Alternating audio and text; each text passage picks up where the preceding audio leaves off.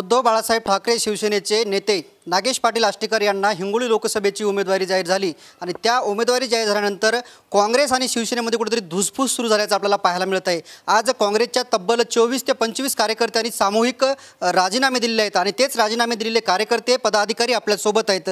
काय सांगाल तुम्ही, कशासाठी राजीनामा दिला आणि कुठल्या पदाचा राजीनामा दिला?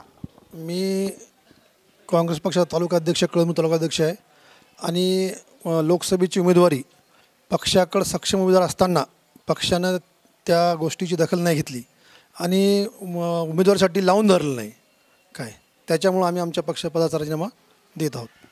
काय सांगाल तुम्ही कुठल्या पदावर होते आणि कोणाकडे राजीनामा दिला आणि कसा दिला? मी काँग्रेस कमिटीचा सरचिटणीस आहे आणि मी राजीनामा या ठिकाणी दिलेला आहे आणि आमची पक्षश्रेष्ठीवर तीव्र नाराजी आहे, प्रदेश पक्षश्रेष्ठीवर, की ही जागा ही पारंपरिक काँग्रेसची जागा आहे।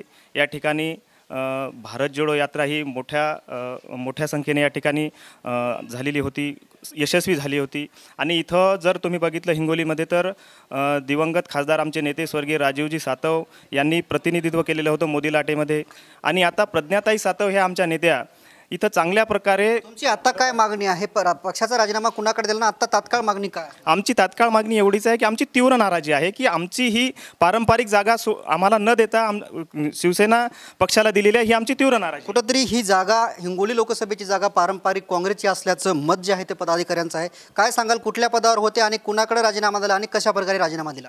मी हिंगोली जिल्हा काँग्रेस पक्षाचा उपाध्यक्ष प्रवक्ता आहे। आम्ही आमचे पदाचा राजीनामा प्रदेश काँग्रेस कार्यालयाला पाठवलेला आहे आणि पदाचा कुठल्या प्रकारे राजीनामा पाठवला? प्रत्यक्ष भेट घेऊन पाठवला तर मेलद्वारे पाठवलेला आहे आणि त्याची प्रतसुद्धा आपल्या व्हॉट्सअपला आम्ही टाकलेली आहे। पुढची भूमिका काय असणार? आता पुढची भूमिका हेच आहे की बाबा काँग्रेस पक्षांनी म्हणजे ही जागा पक्षाची हक्काची असताना देखील चंद्रपूरची जागा तुम्ही स्वर्गीय बाळू धानोरकर साहेबांना यांच्या मिसेसला सोडली, त्यापेक्षा राजू भाऊंना देखील सुद्धा या लोकसभा मतदारसंघात खूप काम केलेलं होतं। त्यांनी आपला सर्वस्व काँग्रेसपणाला दिलेलं आहे आणि यावेळेससुद्धा आमच्याकडे प्रज्ञाताई सातव यांच्या रूपानं सक्षम उमेदवार असताना देखील ही जागा पक्षाने हक्काची जागा सोडली। त्या गोष्टीचा आम्ही विरोध म्हणून हे पदाचे राजीनामे दिलेले आणि आत्ताही वेळ गेलेली नाही, पक्षांनी फेरविचार करावा आणि काँग्रेसची जागा काँग्रेसला सोडून घ्यावी।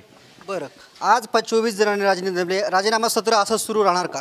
हो, हे नक्कीच आता पुढील आठवडाभर हे राजीनामा सत्र सुरूच राहणार आहे। म्हणजे याबद्दल काँग्रेसच्या पदाधिकाऱ्यांमध्ये तीव्र नाराजी होती आणि ती तीव्र नाराजी येत्या काळात अजून दिसणार। तुमच्या नेत्या प्रज्ञाताई सातव हेही राजीनामा देणार आहेत का? ते त्यांचे मत ते मांडू शकतात, आम्ही आमचे मत मांडलेले आहेत। काय भूमिका आहे, का राजीनामा दिला? हिंगोली मतदारसंघ ये कांग्रेस का मतदार है। इथे हिंगोली मतदार संघ में कांग्रेस के लोग मतदार हैं और हिंगोली मतदार संघ में राजू सातव ने 2014 में मोदी लाट में जीत हासिल की थी और उन्होंने भरपूर।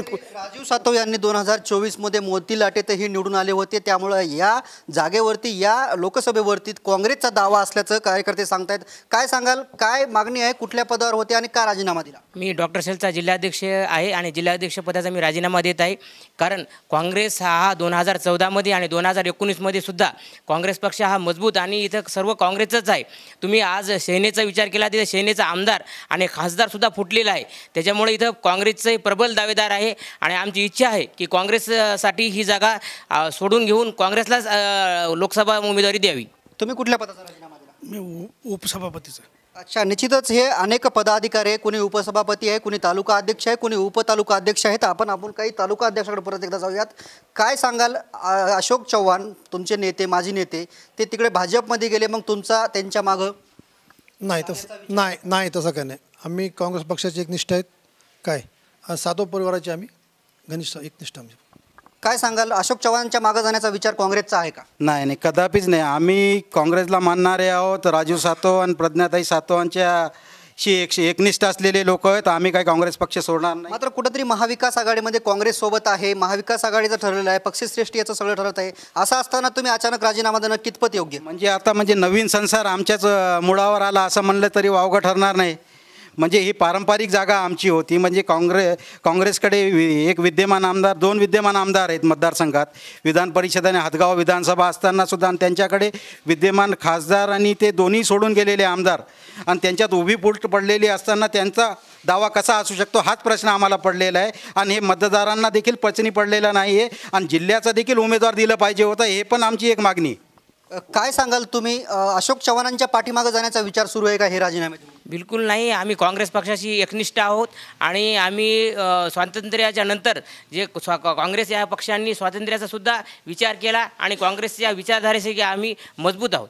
निश्चितच हे सर्व काँग्रेसचे पदाधिकारी होते. ह्याच पदाधिकाऱ्यांनी आज त्यांच्या विविध पदाचा राजीनामा दिला. कुठेतरी आपण बघितलं असेल तर त्यांना आपण हे त्यांच्या तोंडून जे आहे ते आमदार प्रज्ञा सातव यांचं नाव निघत आहे. हिंगोलीमध्ये काँग्रेसचे 2 ते 3 गट आहेत. हे कुठेतरी हा गट जे आहे ते प्रज्ञाताई सातवचा असल्याचं ह्या ठिकाणी सिद्ध झालेलं आहे. आपण काही कार्यकर्त्यांशी विचारणा केली असता ते म्हणाले की आम्ही त्यांना विचारलं असता की बाबा प्रज्ञाताई सातव हे राजीनामा देणार का, मात्र ते त्यांचा निर्णय घेतील असं पदाधिकाऱ्यांनी सांगितलं आहे. आता प्रज्ञा सातव, आमदार प्रज्ञा सातव काय निर्णय घेतात हेच बघणं गरजेचं आहे. कॅमेरामॅन ज्ञानेश्वर वानखेडेसह मी रमेश शेंडके, TV9 मराठी, कळमनुरी, हिंगोली.